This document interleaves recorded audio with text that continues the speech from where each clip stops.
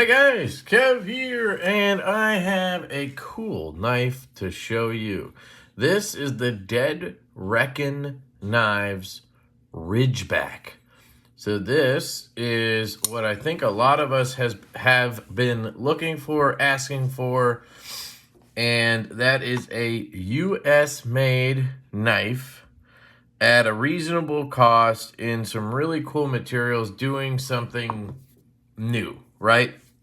We don't see a lot of that these days.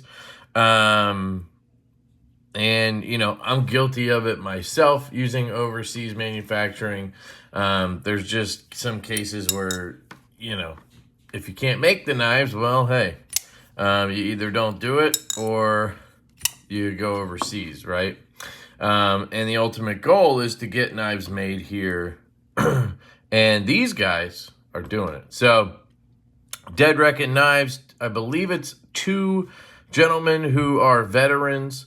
And so we have a veteran-owned and operated business here, machining and constructing and everything of this knife is done in-house. They even machine the screws that go into the clip and the filler tab. I'm going to show you that.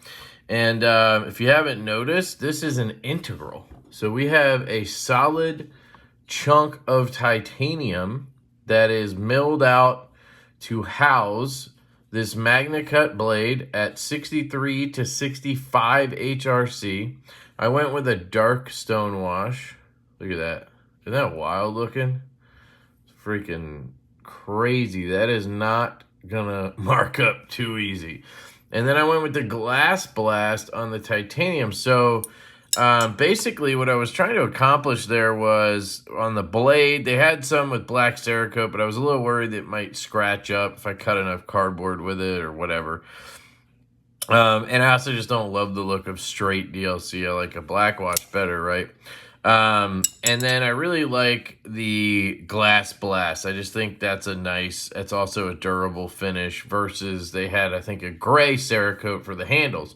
So I basically was trying to avoid the Cerakotes, but they have options, Cerakote handles and blades. They have different anodized handles. Now, I don't know what's available at the moment. We're going to take a look at the website. There are a couple of things on here I had questions about. I did DM the team over there at Dead Reckon Knives. If I get answers before I post this up, I will maybe splice together something where I go over that.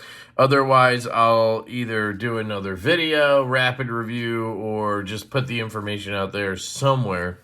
And we'll go over those few questions I had. But overall, I got to say, I am really happy with this knife. I think it embodies a good thing for the knife community, and that's very important, right? So the price. I know some of you were wondering, since I said affordable. This is made in the US, and it's an integral in titanium. So it's not going to be cheap, but they're coming in around $440 base. That's impressive to me. $440 base for this knife. An integral in titanium. Just, if you look at that, Chris Reeve, right? They do glass blast and whatnot, Magna Cut. You're looking at $550 base, and those are, you know, they're not integrals. You have stuff from lots of companies like Koenig and whatnot that are not doing integrals, and they're costing way more.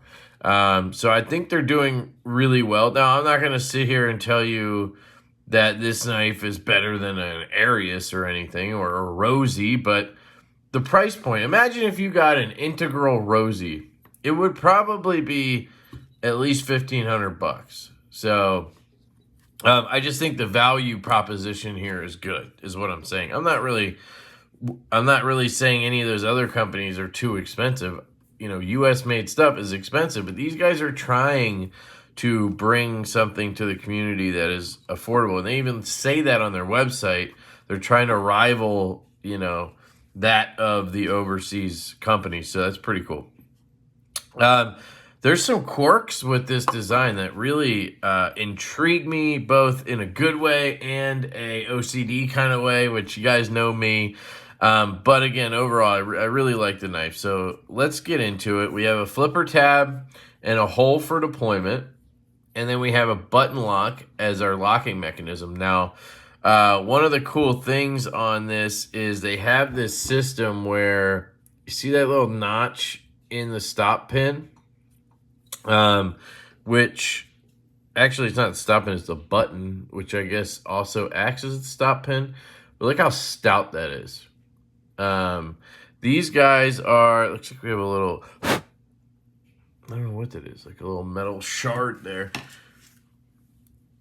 These guys are military or ex-military, and you know, that usually equals you're going to get some heavier duty knives, right?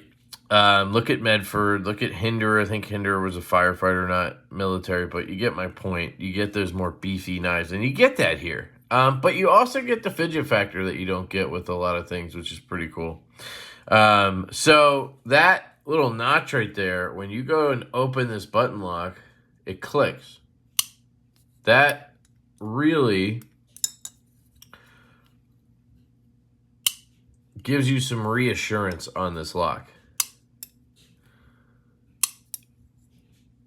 See that? Pops right into place. You get that click every time. You know, with the button lock craze, we've had a lot of issues, right? Where they're failing spine wax and stuff like that. Now, I haven't extensively tested this, but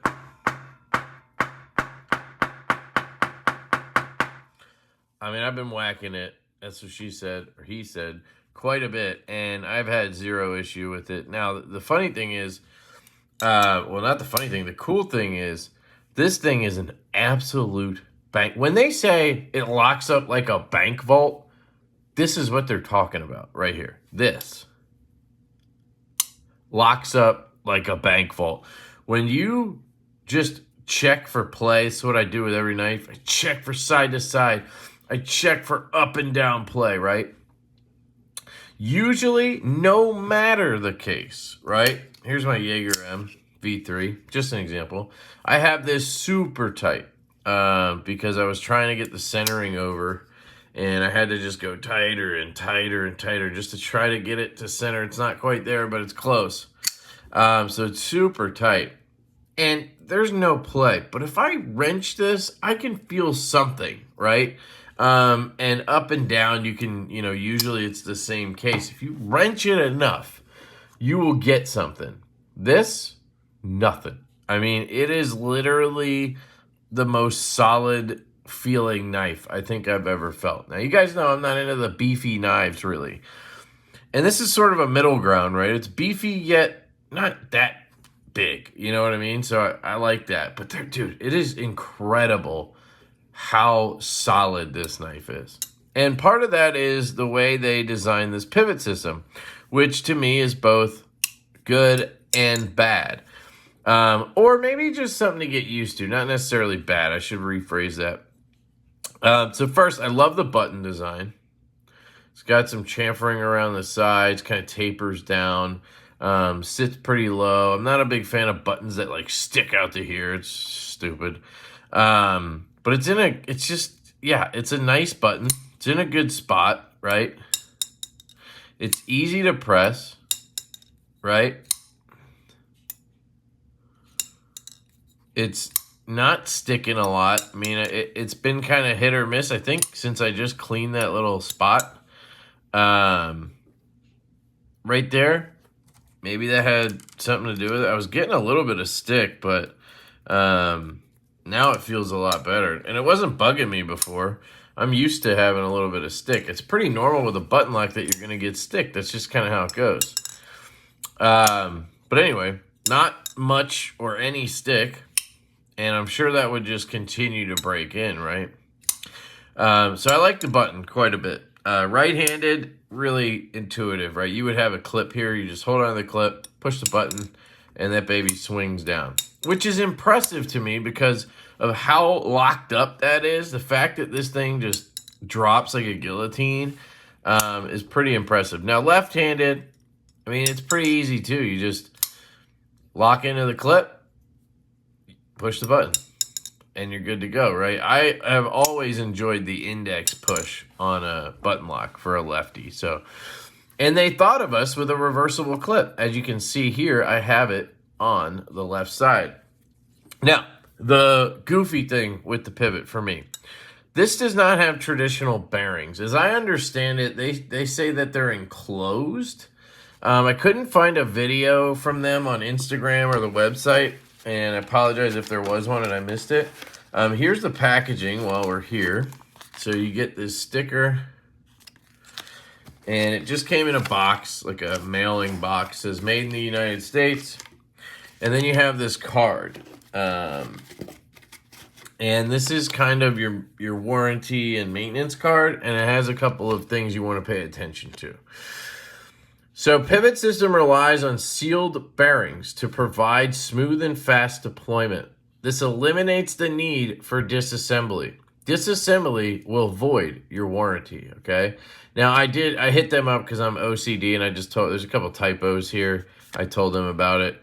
I don't care about them, it's my brain, I have to tell them. But remove dirt and oils with a soft cloth. So you can basically do what I did, where you just stick a Q-tip in there and wipe it up a little bit, or whatever you want to do. Blade material is corrosion resistant but will rust, it's supposed to say rust, if not cared for. Apply light oil to enhance corrosion protection. That's it. Enjoy. Thank you for your purchase. Now this is Magna Cut at 63 to 65 with a dark stone wash. Man, I would be impressed if I could rust this. But I get the fact that they're being smart putting that on there.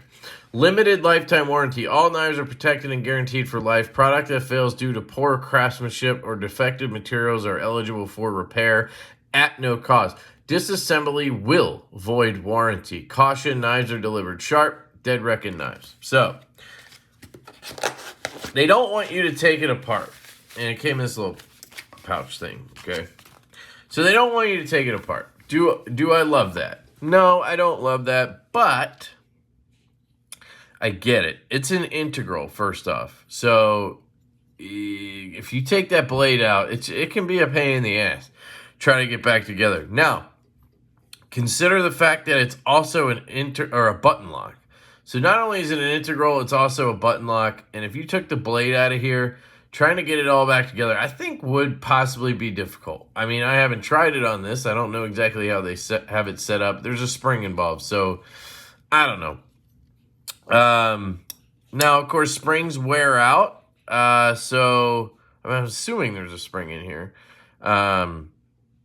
If that wore out, I guess you would just hit them up, send it in. They would put a new spring in it. I don't know. But that's kind of stuff we'll find out down the road, right? But anyway, there's some kind of enclosed bearing system. It seems like maybe it's a roller bearing. So I was thinking they were like shielded bearings like you see on a fidget spinner, where they're enclosed. Like, let me see if I can get this open. Jesus. So if you look at this driver,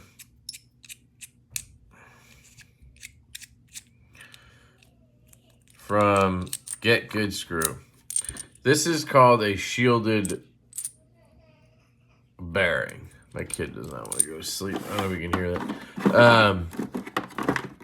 Let me find here. So,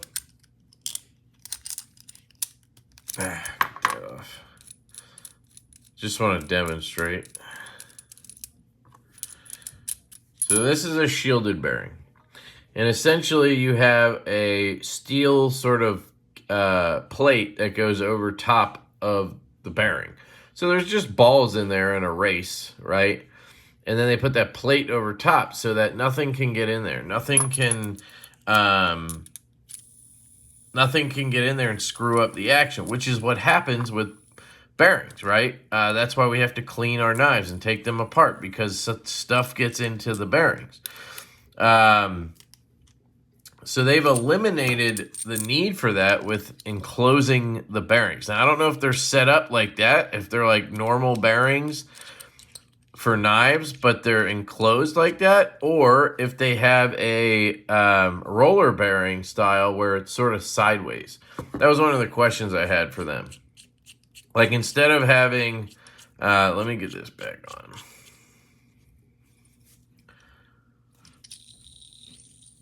And they're quieter, by the way. So instead of having two bearings standing up, like vertical, along the blade, right? Going with the blade. They maybe have a bearing going through the blade. And then, so it's pivoting. It's on the pivot, basically, right? And so, however it's set up, hopefully I'll get an answer on that. I'll try to show you. Maybe someone can tell us if you can see in there. I don't see bearings, so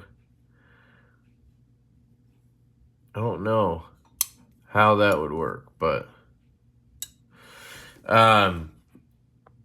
so what happens is the pivot actually rotates. So when you're opening and closing this, the pivot rotates. I can open the knife once it's out of the detent. I can open the knife with the spring or with the pivot. So I'll hold this side right here. So that is kind of cool, but it also is frustrating for me as a lefty because the way I rest my fingers, right, to close it, I'm kind of like all right here on the button lock, and then I need my thumb right here to put pressure on this side so I don't drop the knife or whatever. And if you put any pressure on that, you're now holding the blade up because you're stopping it from rotating because the pivot rotates with the blade. So as soon as I get my finger out of there, it just free falls. Excellent action. But if you happen to have your thumb right there, which for me is the natural position to throw that button lock down, it doesn't work. So that's why it's frustrating to me. Now, right-handed, I think it's less of an issue because you would have the clip here and then your finger here could kind of just rest like this and you can throw it down. So I'm not sure if you really would come in contact with the pivot a lot, but like right here, I want to push on that and I can't, and it makes it where the blade doesn't want to come down the same way. I have to then like shake it down. Here, we can switch the clip over and then we'll look at it from a righty perspective. And then the clip is the other thing that I don't love is it sits off the scale. And this is after I slightly adjusted it. It was sticking up even more than that off the scale. Now it's not tapping, which is good. And now that I set it like this, it actually works pretty well, which is surprising. But when I first got it, it was up off the scale quite a bit, and it had no retention. I mean, I put it in my pocket, and it was just like flopping all over the place. So maybe this clip just didn't get adjusted properly because I was surprised that even with the gap, it works. So having such a short clip, I guess, it doesn't need to touch the scale, which is interesting. That was one of the questions I asked them. So they'll probably tell me what I just said, but, I thought it worth asking. And then my other concern, this one is the one that kind of really bothers me, is the blade to handle ratio. So this would be a bit of feedback I would give Dead Reckon is, question is why, right? And hopefully I'll get an answer to that because it's not like it would come up out of the handle. If they continued that blade, I mean, you would then have, I guess, more of a sheath, but it would change the blade shape. But I'm sure in CAD or whatever, they could, make it work where they stretched everything out and it kept the same profile. It just was longer because it's just wild to me that it's that short. I mean, we're talking about half an inch here. That is not nothing. Where is here's my ruler. So we can just kind of look at it. If I put this up to it. How am I going to do this? This is stupid. I should have got the calipers. But so right there is the tip. And then the end of the scale is right there. Just about. So we're talking about half an inch. Yeah, exactly half an inch of extra space. That, I mean, even just, come on, give me like this much. It just looks off to me. Now, I will say, when the knife is open, it doesn't look terrible, which is usually the case when that happens. It doesn't look terrible. So, you know, kind of got away with it there. It's just when it's closed, it drives me nuts. It is absolutely dead nut centered, perfectly dead nut centered, which is impressive for a integral button lock like this. And then on top of that, it locks up like a bank vault. And I don't know if you've noticed, but when I flick it left-handed, I'm kind of on the button. And I can even feel it reverberating. When I let go of that, it clicks. It doesn't click, but it locks fully into place. There's no fear that I didn't lock it up all the way because my finger was on the button a little bit.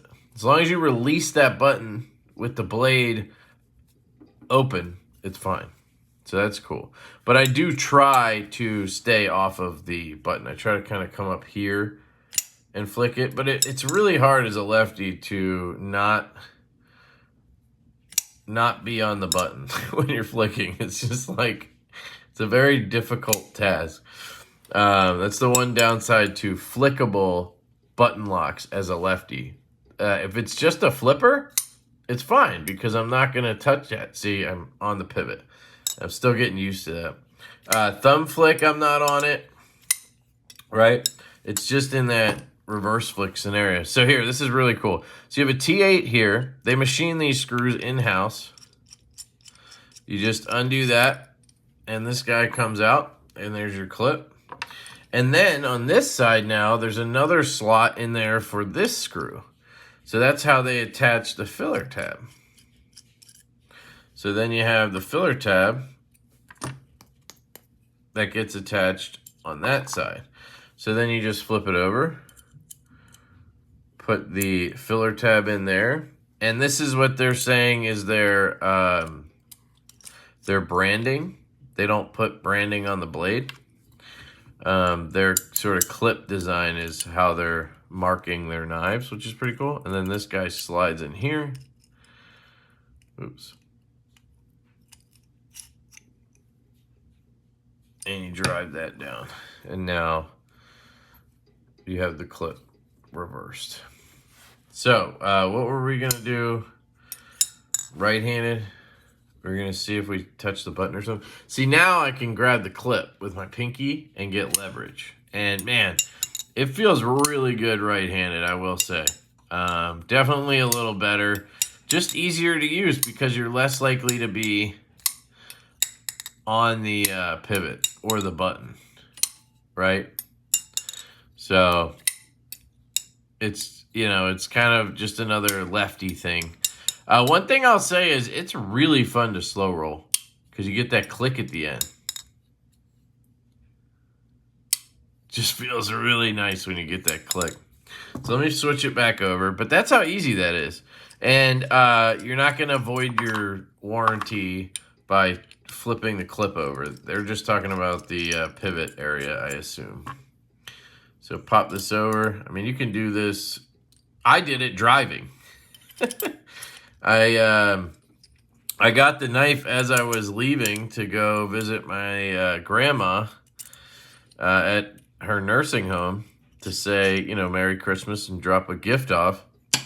And this arrived, and I was like, shit, I'll take it and just fidget with it in the car. And, you know, so I was doing that, and I was like, hey, I'll just flip the clip because I keep, you know, tools and EDC pouches in my truck.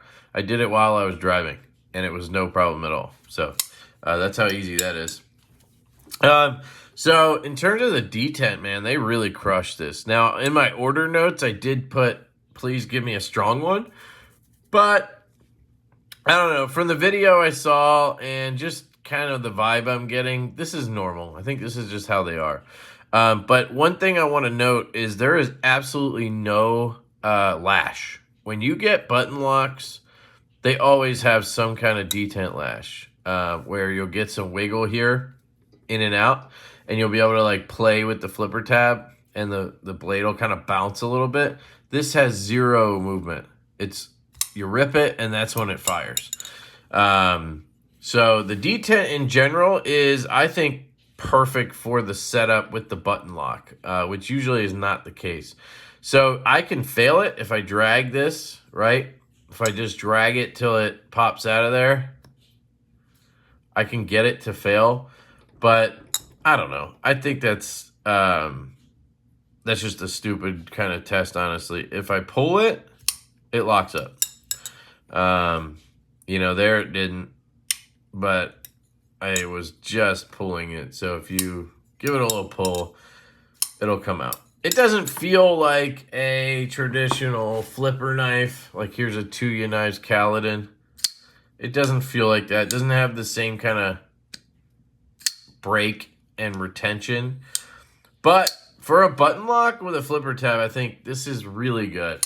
They did a great job on it. Here's a size comparison. There's the Kaladin, which is, I think, 3.6 inches, 3.7 inch blade. This guy's closer to 3.4. I'll grab a Divo Buzz. This is going to be 3.3, 7.65 overall. And we got the same blade length, but like we're going to have that extra bit on the handle because of the blade to handle ratio. So it's a very cool knife, aesthetically, you know. I'm trying to think of anything it kind of looks like at all, and I don't think it really does. I love the blade shape. You guys know I'm a big sheep's foot fan, and this is basically a sheep's foot. You know, I can get to that tip. You have a choil, which I like that decision to add a choil. And I didn't talk about ergonomics. The ergonomics are comfortable. And because you have an integral, it's flat back here. It's all flat. But they did put some chamfers on it and milling. And then because it's not clammed together with a backspacer down here, for instance, normally you'll have an open back and a backspacer back here. Now this knife is contoured, so in the hand it feels good. But you have those openings that if you squeeze, you can feel, right? And especially if it's a flat slab knife, you'll feel that more and more. But on an integral, you have that part is all material, so it really fills the hand well. It just feels really good in the hand. My large glove size hand fits perfectly back here. And then I choke up into the choil grip, and you can either lock in your thumb right here, or you can come up here and there's a little poon spoon and you can get right into that poon spoon, and now you're really working, and you just have such a strong, like I can just squeeze as hard as I want and I don't feel any give. Normally you feel some give, but there's no give. This thing is an absolute tank. I talked about the button already. I love that it's sort of tear shaped. That just looks nice. The fidget factor, I guess we should talk about. The flipper's good, so you're just going to hit the flipper like that and then do your best to stay off the pivot. I'm still learning, so bear with me. I got it today. If I touch that pivot, you know, kind of wrong, then I can't get it to close. If you don't like the bouncy drop shut, some people don't like that. What you can do is you could either just click and let go, so it breaks the detent or breaks the lock, and then you can shake it down. And it almost feels like a normal knife. It almost feels like a frame lock or something when you do that. Very smooth and everything, but it's just not guillotining, right? You just shake it down. You could also put your finger on the pivot and do it, and then, you know, kind of guide it down that way if you want. You can slow it down. That's one trick you might be able to pull off if you kind of flip it down and then hit the pivot at the right time. So like, you know, if you caught it right before it hit or something, I don't know. That's kind of cool that you could mess with it like that.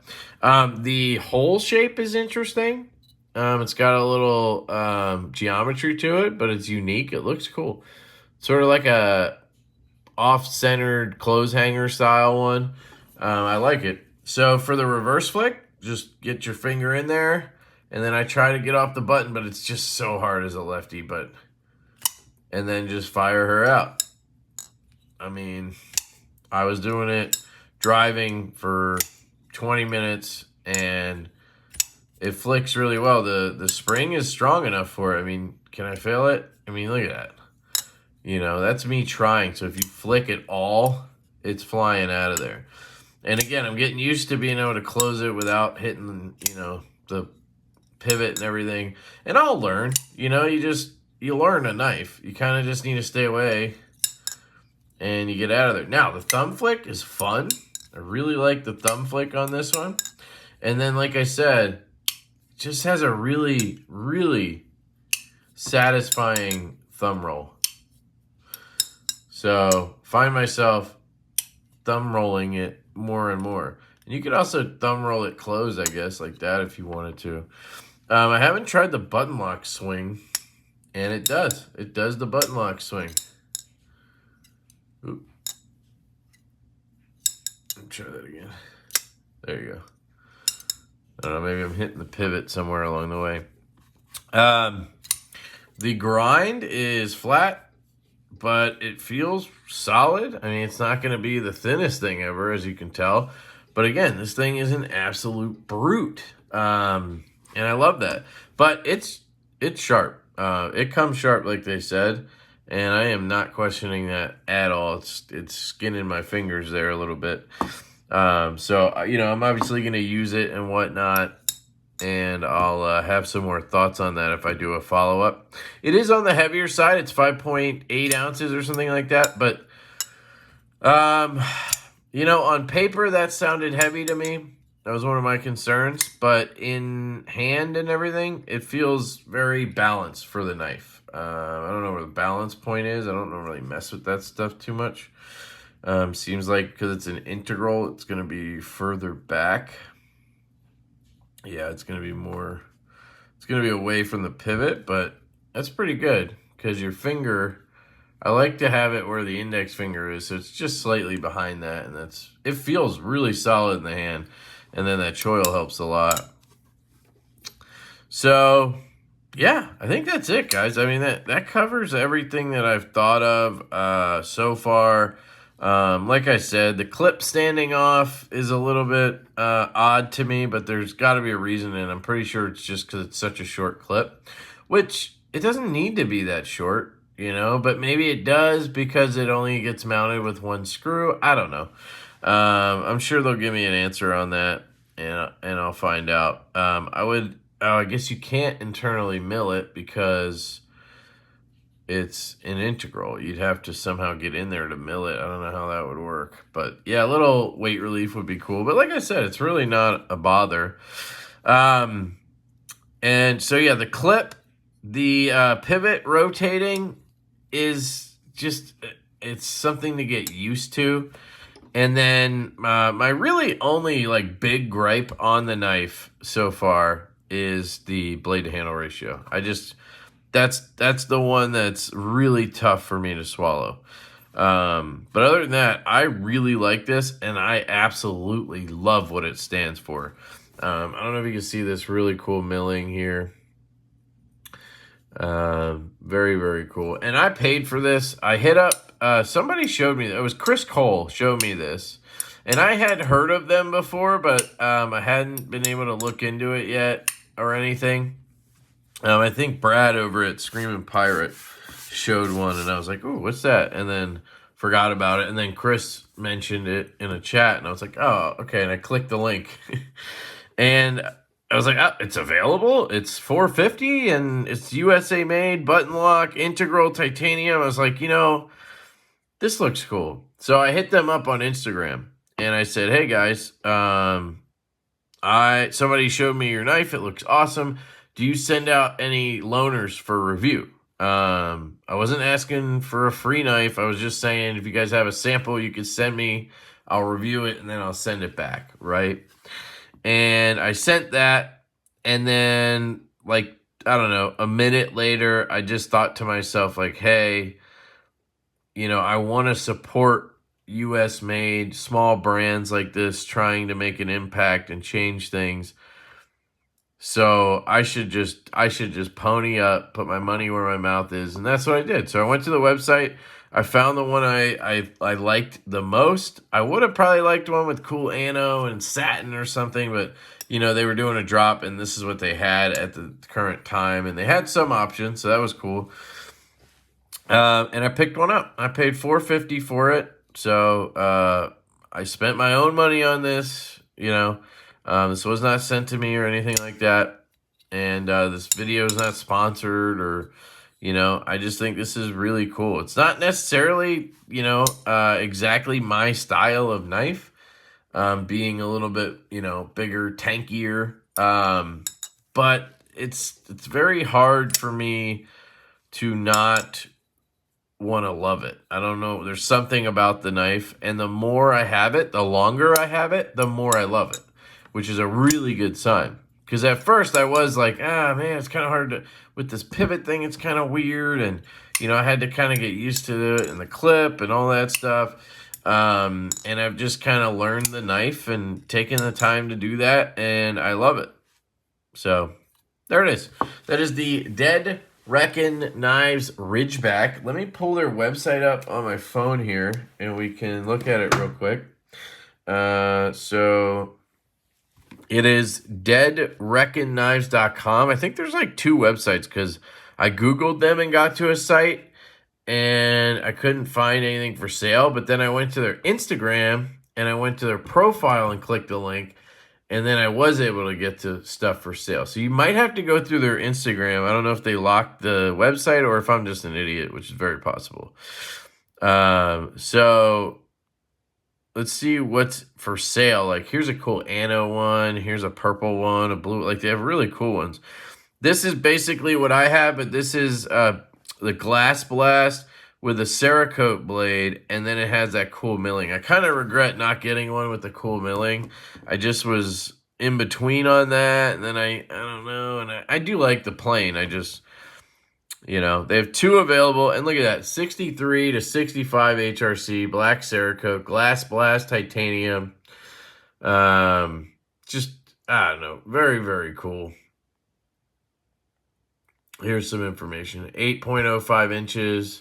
Integral handle, 4.83 handle length, 0.48 on handle thickness. So yeah, it's just got a really comfortable feel. 3.23 inch blade. So you have 3.23 inch blade and a 4.83 inch handle. So I would love to see that handle length shrink down a little, or vice versa, the blade length come out a little.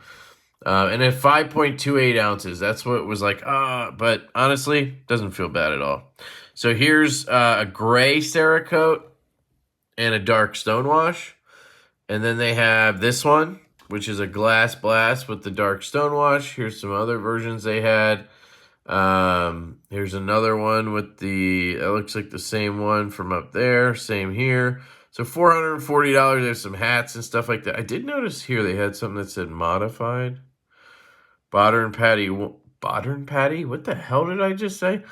Body pattern 1 and 2. So that's the, you can just search by that.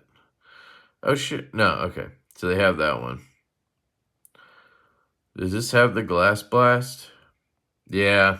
Oh, but it has the black Cerakote. So I don't know if they have the dark Stonewash with the milling pattern. That's... Wait. Glass Blast. Oh, sold out. Okay, so I couldn't have got it anyway. All right, cool. Good to know. Anyway, Dead Reckon Knives. That is right here. They're out of Grove City, Ohio. I believe they are at River's Edge Cutlery. So you can always, you can check them out there if you want to handle them first. I know they were at their like 30th anniversary or 20th anniversary thing. So that's it. There you go, guys. I think that's long enough for a first impressions on a knife, 40 minutes. Let me know your thoughts on this. I really would be curious to hear what you guys think. I think it's something really cool. And I also want to note, this is their first folding knife model. I don't even know. It might be their first model. So those little things I point out, they could, you know, they might change those things. They might also be stubborn, or they might also just like the way they designed it and stick with it. That's their prerogative. And a lot of people are going to like it the way it is. I'm just somebody who wants, you know. So my point is, this is fantastic. And I think they're just going to get better. So I say keep an eye on Dead Reckoning Knives. That's basically what I'm getting at here. All right. I love you guys. Hope you guys have an absolutely fantastic day, and I will catch you later.